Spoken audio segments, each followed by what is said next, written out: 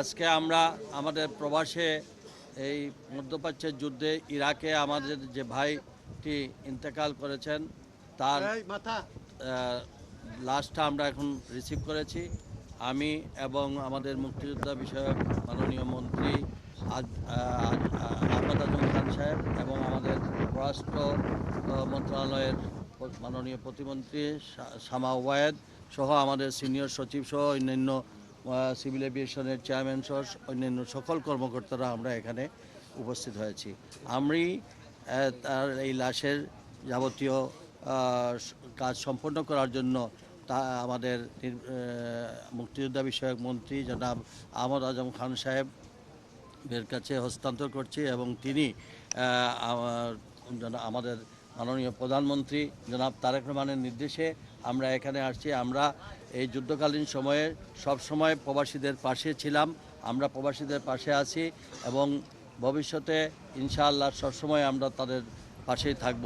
এবং এই যে মৃতদেহ যে পরিবার, এই পরিবারের আর্থিক সহযোগিতা সহ তাদের এই কোম্পানির যে খরচ সেটাও আমরা অফিসিয়ালি আমরা ব্যবস্থা করে দেব এবং তার পরিবারের বাচ্চাদের লেখাপড়ার জন্য আমরা দায়িত্বভার নিয়েছি। তার দুইটা বাচ্চার লেখাপড়ার খরচটাও আমরা বহন করব প্রবাসী কল্যাণ মন্ত্রণালয় এবং সেই সাথে আমাদের মাননীয় মন্ত্রী তার নির্বাচনী এলাকার তার পারিবারিক মানে সমস্ত ইনফরমেশন পেয়ে আমাদের পক্ষ থেকে সরকার আমাদের মাননীয় প্রধানমন্ত্রীর তরফ থেকে যেটুকু করার আমরা প্রয়োজনীয় আলোচনা করে আমরা সেটা করব। এখন আমি জনাব আহমদ আজম খান সাহেবকে তার এই যে আনুষঙ্গিক কিছু কাজ করার জন্য তার আর্থিক সহযোগিতা দুইজনকে দিলাম। যে একজন নর্মাল ডেথ আসছে, ওনার পাশেও আমরা আছি প্রবাসী হিসাবে, ওনাকেও আমরা একই জায়গায় বাড়ি, আমরা দুটি মাননীয় মন্ত্রীর কাছে হস্তান্তর করলাম। এটা তো তাদের আসার পরে আমরা তাদের সঙ্গে আলোচনা করব। অনেক সময় আবার তারা ফিরে যেতে চাইবে, তারা ওই জায়গায় যাওয়ার জন্য আমাদের পক্ষ থেকে পররাষ্ট্র মন্ত্রণালয়ের মাধ্যমে যা যা করার আমরা করব। যেভাবে আমরা ভিসা যাদের শেষ হয়ে গেছিলো ভিসার ব্যবস্থা করেছি, ঠিক তারা যদি আবার কর্মসূচি ফিরে যেতে চায় সেই ব্যাপারে আমাদের পক্ষ থেকে সর্বাত্মক সহযোগিতা হবে। আসতে পরে আমাদের প্রবাসী কল্যাণ মন্ত্রণালয় যতটুকু লজিস্টিক সাপোর্ট সামর্থ্য অনুযায়ী আমরা সেটা করব।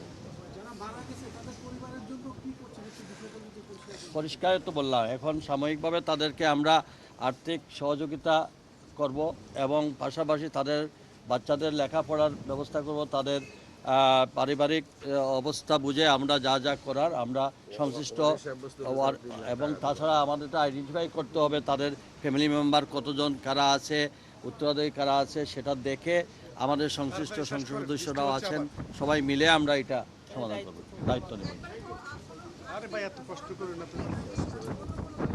আর্থিক বরাদ্দ দিচ্ছি।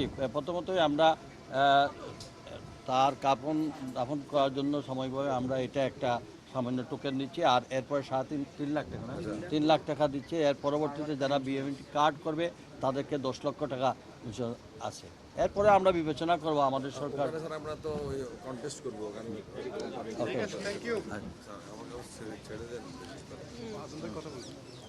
বিসমিল্লাহির রহমানির রহিম। আজ পবিত্র জমাতুল বিদা। আজকের এই দিনে আমি আমার নির্বাচনী এলাকার এই মধ্যপ্রাচ্য যুদ্ধে শাহাদাত বরণকারী মোশাররফকে গ্রহণ করলাম, লাশ গ্রহণ করলাম হিমন নামে আরেকজন শ্রমিক, যিনি মধ্যপ্রাচ্যের সৌদি আরবে চাকরি করতেন। আমি ধন্যবাদ জানাই প্রবাসী কল্যাণ মন্ত্রীকে, ধন্যবাদ জানাই পররাষ্ট্র প্রতিমন্ত্রীকে, ধন্যবাদ জানাই এখানে যারা সিনিয়র সেক্রেটারি আছেন, সিভিল এভিয়েশনের চেয়ারম্যান সাহেব সহ অন্যান্য কর্মকর্তাবৃন্দ আছেন, আপনারা যারা সাংবাদিক আছেন। আমার নির্বাচনী এলাকার এই দুটো পরিবারের সাথে আমি কথা বলেছি, দেখা করেছি। তাদের এই শোকের দিনে আমি তাদের প্রতি সমবেদনা জ্ঞাপন করছি। তাদের পরিবারের শোক সন্তপ্ত পরিবারের জন্যে আমি যে সামান্য কিছু অনুদান এখন পেলাম, সেই অনুদানের চেক এবং নগদ অর্থ আমি হ্যাঁ এই দুইটা এটা না, এই দুইটা। হ্যাঁ, কিন্তু এটা তো একজনকে দেওয়া হচ্ছে। এটা দেওয়া হচ্ছে। হ্যাঁ হ্যাঁ, আমি এটা হস্তান্তর করছি, সাথে একটা চেক হস্তান্তর করছি, এবং সাথে আরেকজন হিমনের পরিবারকে আমি একটা চেক হস্তান্তর করছি।